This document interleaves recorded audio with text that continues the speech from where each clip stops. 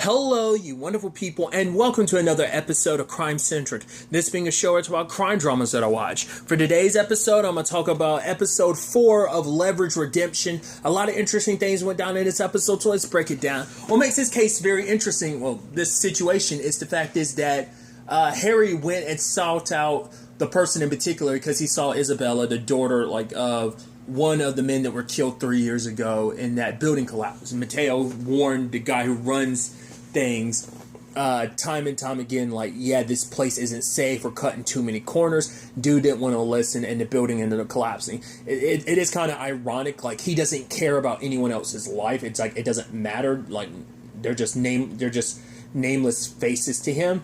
And that's the mess up thing, considering he has PTSD from it. So it's oh my God, I'm so scared and I got to take pills to kind of keep myself calm.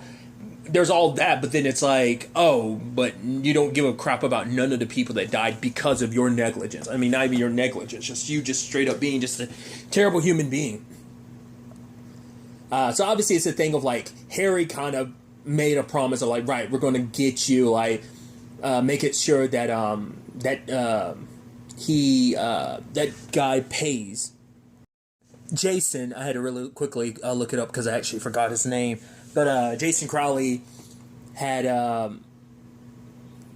Harry wanted to make sure that Jason would actually pay.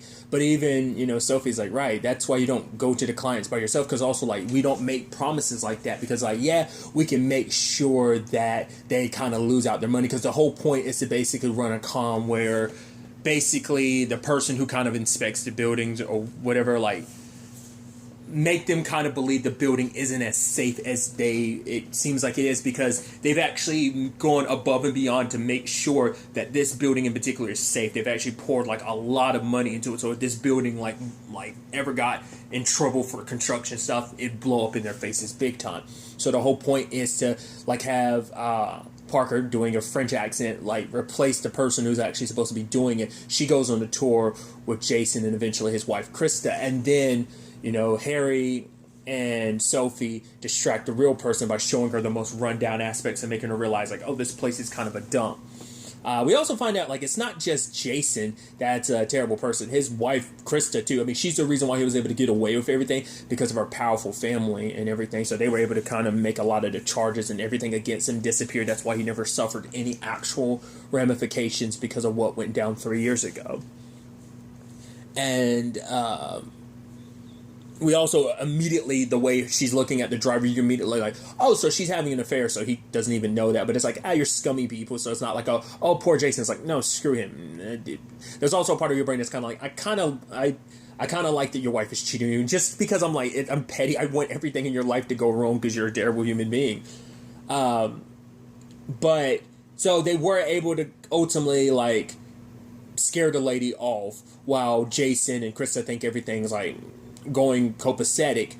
But ultimately it turns out that Jason and Harry go back because Jason was part of the team that represented him, so that's why he was already keeping it's he didn't just because even Sophie said it, normally our clients find us. It is rarely a situation where they ever go find their clients. There were always people that Nate had kept an eye on, but it's usually most of their cases were people came to them. So, but that's why Harry was keeping an eye on Isabella, now that he's on a path of redemption, this is one of his many stops.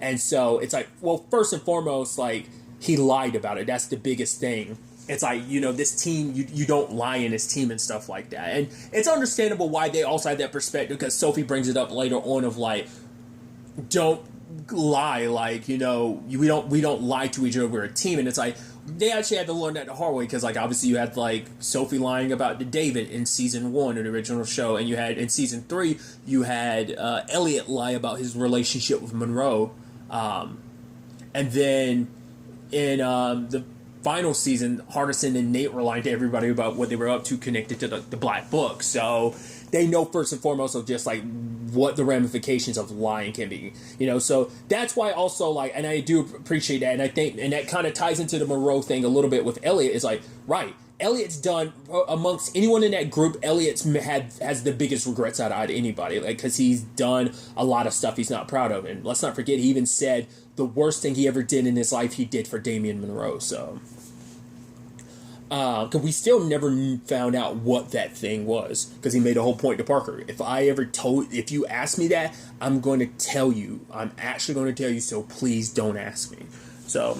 But, so that's why out of anyone, he's like, everyone's sympathetic. I mean, I love Brianna's reason for being like, nah, I actually want you to be part of the team because she was initially, Sophie was going to take him off the con because it's like, right, you jeopardize everything considering, you're too close to this. But Brianna's like, I want him on the team because his screw-ups make her look better, which even Sophie calls her out later on. It's like, you're not graded on a curve, Miss Casey. She's like, oh, that last name thing is kind of creepy. Please don't do that. And it's like, I mean... Harry and Brianna. Well, I'm trying to think beforehand. Like, has she ever referred to Brianna? Well, I think she called her by her name, but I think in that particular instance, because she always refers to Harry as Mr. Wilson, or our Mr. Wilson, because it's not on a first name basis. Like with, well, to be fair, I guess that's kind of the thing too. Like, no one ever called Hardison. Alec, I mean, like, except for Parker on certain occasions, they mostly call him Hardison, but like, Elliot's Elliot, Parker's Parker, Sophie's Sophie, Nate was Nate, like, so that's why I always think it's kind of interesting. Maybe that's also kind of signifying, like, right, you're part of the team, but even to some extent, we kind of still keep you at a bit of a distance. Once again, I could be easily overthinking that, but I just think it is interesting. But once again, it's like, this is a big regret that Harry has, even to the point later on he's talking with Sophie where he's like, right, I was so good at my job that they gave me a bonus for helping out with this whole Jason Crowley thing at my firm. And it's like, and she's like, right, you felt ashamed. He's like, no, I felt proud. At the time I was like, I did my job and I did it well. And that's what eats away at him the most. He's like, the fact is that I was like that. I didn't want any of you to know that. I didn't want you to all see me that way. That it's like, right, at one, yeah, like I might be on a path of redemption, but it took a long time. It took me doing a lot of terrible things before I was like, right, I'm on the good guy side of things, So, and I think that adds an element to this, like, right, like this is truly his path to redemption in many years. Because from what we know, like, except for Elliot, once again, like, because he's done, like, some, like, everyone on part of the team, they've done some, like, criminal stuff.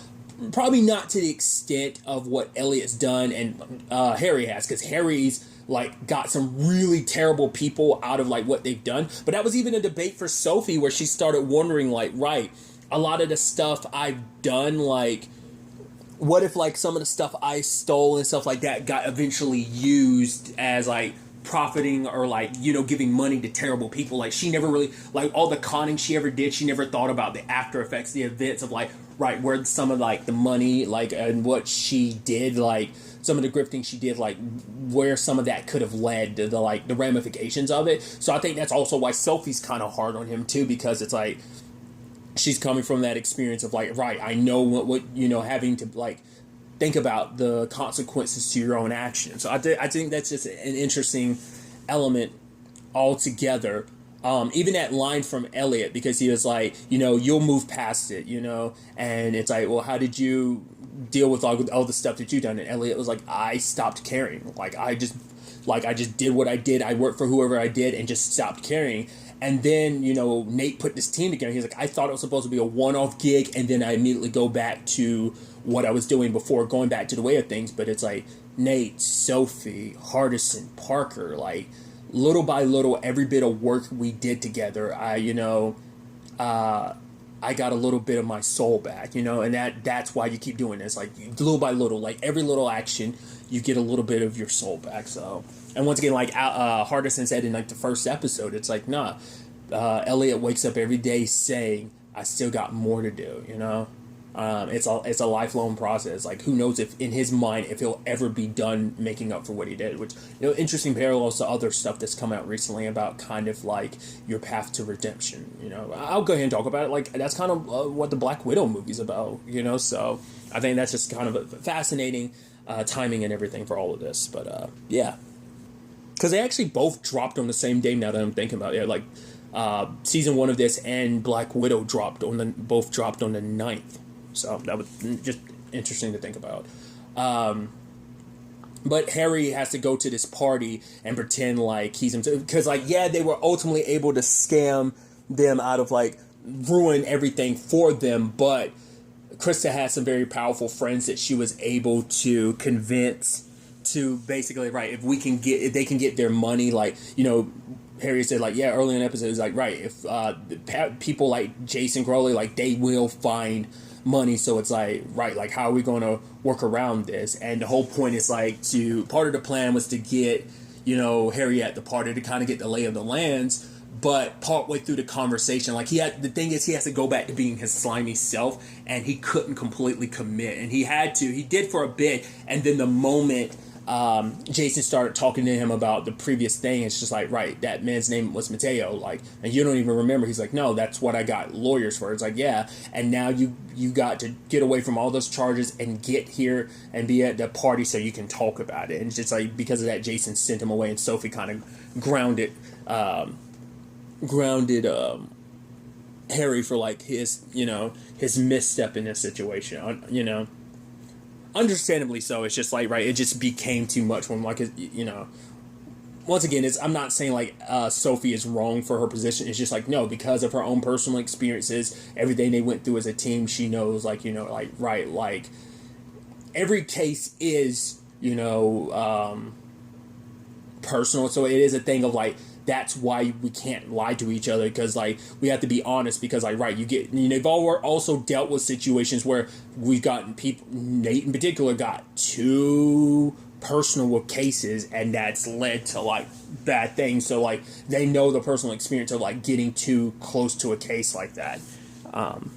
Obviously, there's also the whole setup of what they've got planned of, like, right, putting all these, like, speakers around to make him feel like it's an earthquake, because they know, like, right, he's got his anxiety, so they're planning on triggering that, which I love Brianna being like, you know, we're going to be messing this guy up pretty bad. Like, are we the bad guy? And Sophie's like, oh, yeah, don't get it twisted. We are bad guys, Brianna. Don't ever forget that. The fact of the matter is, we're not heroes, we're just necessary. And I thought that was such an interesting thing, because they've never claimed to be heroes. It's like, right, here are people helping us. We're breaking a law in the process, so it's not like, oh, we're borderline vigilantes, but we're not, like, full-blown heroes. It's like, no, we're just kind of a necessary part where the law leaves off, we kind of pick up type of thing. So it's like, right, we're just necessary because we kind of are able to do what the law can't, you know, whether it's just the criminal legally found their way around everything using the law, or whatever the case may be. So I thought that was, like, a very important thing, because, yeah, they've never actually ever said, like, no, we're heroes. It's like, yeah, we're kind of good guys, but even that's got an asterisk beside it, because it's like, right, to do some good, you got to do some bad to get there, you know? So it's an interesting thing. It's just kind of like, right, we're just not the worst bad guys. We're actually the best bad guys, you know? I think that's just an interesting thing. I think I just never really thought, because I would put them in the position of, like, oh, you're heroes. Yeah, you have to do a little wrong to get there, kind of anti-hero-ish, and I think you still would fall in that category, but it is a thing of, like, no, don't get it twisted. We're still bad guys, you know? So, because I'm sure when you look at it, it's like, right, there's certain lines good guys probably would never cross when handling a lot of, like, their cases. So it's just, like I said, that line just spoke volumes, because, like I said, just never gave it that much thought to realize, like, oh, yeah, that is kind of true, isn't it? And they really messed with Jason with all, like, the device that Brianna made, which basically gives you, it, like, sends, like, a signal to your head, and it basically gives you vertigo. And Parker immediately touched it and gave it, like, did it to Brianna, like, early on in the episode, and she's kind of like, ooh, and it's just like, yeah, sorry. And so she keeps using it on Jason, sending him those fake messages. The whole point was kind of turn his faith not only against the building, but also his faith in his wife, because she's like, oh, I'm going to handle things. And he's like, no, you always told me you're going to handle things. I tell you I can, but you tell me no. So kind of turning him against his wife, which, you know, it never came into play, but it is a thing of, right, she did... she was having an affair, but like I said, that never really came into play as part of the con. So Parker was off kind of doing, like, what was it, getting, like, some surveillance footage or something like that where like Sophie was like, no, that's actually a good idea, Brianna, that you send her out to do that.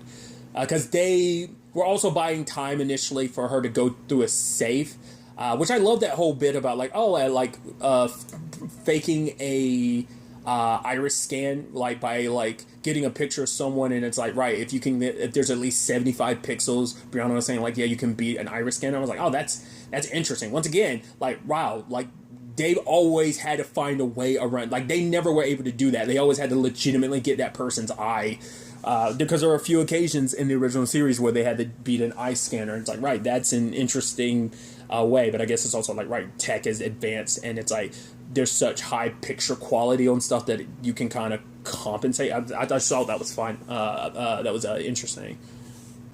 Obviously, showcasing like when Jason starts going really manic and crazy, like rather than warning the people in the building, like who are your guests who are trying to give you the money, he bounces. And even Sophie's like, wow, he didn't even try to tell them to get out of the building, even though he thinks the building's coming down. It's like, wow. And he makes it to the roof. And initially I'm like, is he trying to kill himself or something? Like, what are you trying to do? And Harry's there to try and stop him, but he jumps. I'm like, oh, I wasn't expecting it. What? Oh, he literally has a chute on the side of the place. And even Parker, because apparently like he had brought it up earlier in the episode, Parker was like, wait, that chute thing was for real? So that was interesting. But they'd already laid the groundwork where Parker was like, yo, if you ever need anything, like call me up, you need me to make something disappear, transfer the money. They got like the $10 million that he had in their account. But that's not the end of it either. Like they got the recording footage from Krista and Jason, like once again showing you she's just as bad as he is. Like the fact of the matter is, it's like they don't matter, we matter. And it once again it's showcasing like, right, she just wanted things to work out so that either I'm sure she could eventually divorce her husband and make a huge payday, or like no, she'll keep up her affair while staying married, but her and her driver slash beau would be good. Which I love that whole fight between him and Elliot where like Brianna's getting to it. She's like, yo, I need to, like, oh, this is so much cooler firsthand. It's like, oh, hit him again. And then she tried to hit the dude with the stick, and she's like, okay, that's my fault. I stepped out of my lane because Elliot was like, don't. And it's just like, ultimately Elliot put the dude down. So I guess it's just interesting development. But yeah, because of the cameras and everything, they were ultimately able to expose Krista to her friend and her friend's father who were going to give their money. And it's like, no, like now, like everyone we know in our like high class circle are going to know like not to do business with you and what you're responsible for. So kind of brought them to ruin in that regard. But then later on, Harry is talking to Isabella and her uncle, and it turns out he was there that day, but because he doesn't have a green card either, if he spoke up about what he heard from Mateo, about, because he was there when Mateo was trying to warn Jason just before the building went down, and, it's like, right, take this money and shut up or we'll deport you. But for him, it's like, I have to be here for Isabella because she doesn't have anyone else. Like, this money they have from this is all they've been, like, living on. He's been saying is disability, so... But, Harry's like, I need you, if you come clean, like, I'm going to do everything within my power to protect you, and also to make sure that Krista and Jason both, get prosecuted for what they've done, like, actually get there's actual justice, courtroom, like, court-wise, like, for what they did. And, the rest of the team is actually there being like, it's like, oh, like, so what do you think of our Mr. Wilson? And Elliot's like, right, feels good to kind of get like a little bit of your soul back, So they're kind of proud of him doing all that he's doing. So little step by little step for making up for the past. So I thought that was just some interesting developments, some kind of... I'm sure there's probably going to be plenty of cases in the future that are close to home. Like, I'm sure it's not going to be a one-for-one, but I'm sure he has his Damian Monroe of, like, the thing that he did that is the most terrible, terrible thing. Because even Brianna was like, wow, Harry was a good bad guy. The way he was telling the guys, like, oh, yeah, like, how you can, like, get around, like paying taxes and like, oh, putting your money in this particular account and make sure that you don't have to pay taxes on the money that you pay yourself. Like, it was a whole thing of like, right, that's like the very like keeping the rich richer type of keeping the rich type of thing, you know. So it's like, wow, like once again, you can see why Harry's not a big fan of who he used to be, and it's just that, and because he's changed, because he's like got a new perspective on things, it makes, you know, looking back and thinking back to who he was, and even pretending to be who he was, that much harder to deal with. So, like I said, I'm curious what that ultimate case is of the thing that he did that he feels the most terrible about. I wonder, is that going to be a big part of this? Like his story is dealing with some of those cases.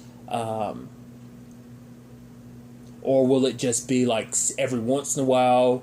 Like I said, maybe because Nate's only like thing with IYS was going up against his boss in season 1. So obviously, like he runs into Crowley and stuff like that at later points. That's about it. But it's still like that was kind of dealt and done with in season 1. There's still kind of like obviously the personal effect of like what that meant for him. You know, and you know, thinking of Sam when it came to certain other cases, there's that, but like the IYS, like at least his issues with IYS, it was in particular with the CEO at that time, that I'm blanking on his name, but home dude from season 1, like yeah, that was kind of where everything stopped for Nate. So even if Harry has his own version of that, like I said, like a Damien Monroe, and he deals with it over the course of the season or whatever, it probably won't be a continuous thing. I don't know. We'll see how they ultimately handle that as we continue going forward through the season. Well, as I continue going forward through the season. So, but really, that's all I'm going to talk about. Till the next time we meet, be happy, be safe, live life to the fullest, and enjoy it. Good day and goodbye.